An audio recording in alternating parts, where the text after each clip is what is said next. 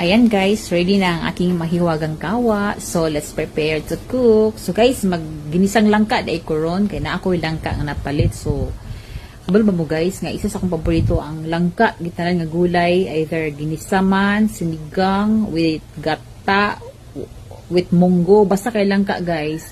Super kiko kabalbal anak gid guys. Pwede na ka mag no rice ana. So karon guys, ang atong himon is ginisa. So mas lami siya guys kung naa siya ginger and tomatoes and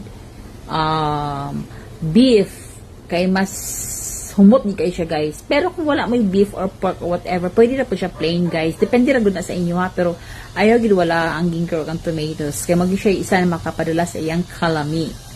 So ayan guys. So, ang beef na ko guys, ako ni siyang ginakuan. Ako sa ni siya ginasanlag. Basta beef magud guys, gasanlag yun ko until siya mag-brownish. Kay mas magawas ang iyang kahumot guys sa beef. Lahi gid siya kung compare niyo mo sa uban meat.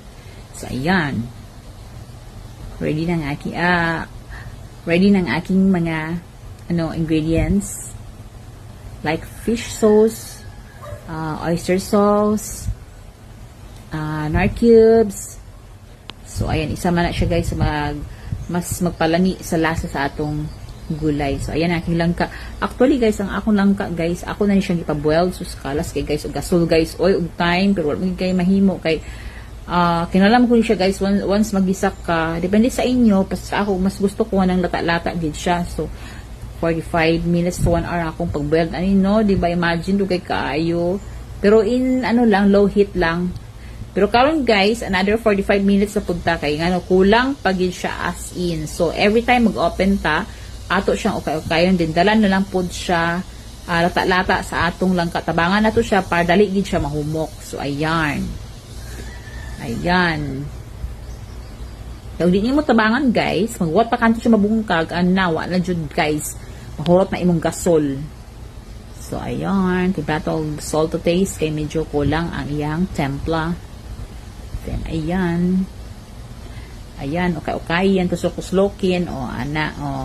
Cover it again until the langka is tender. So, ayan. Malapit na yan. So, ayan. Ang akong bell pepper, guys, isa rin na siya kabuok, guys. Ay, wala jud ko laing available. So, sige na lang, pampahumot man siya, guys. Maduga mo po siya sa kalami. Ayan, okay na yan. So, kinalan guys, ang iyang sabaan guys, imo gi siya medyo ipamalamala. Di po dingon nga malajud kayo. Medyo lang, hindi po siya pwede sabaw. Kaya na siya ginisa. So, ayan, nagsayaw-sayaw na ko guys.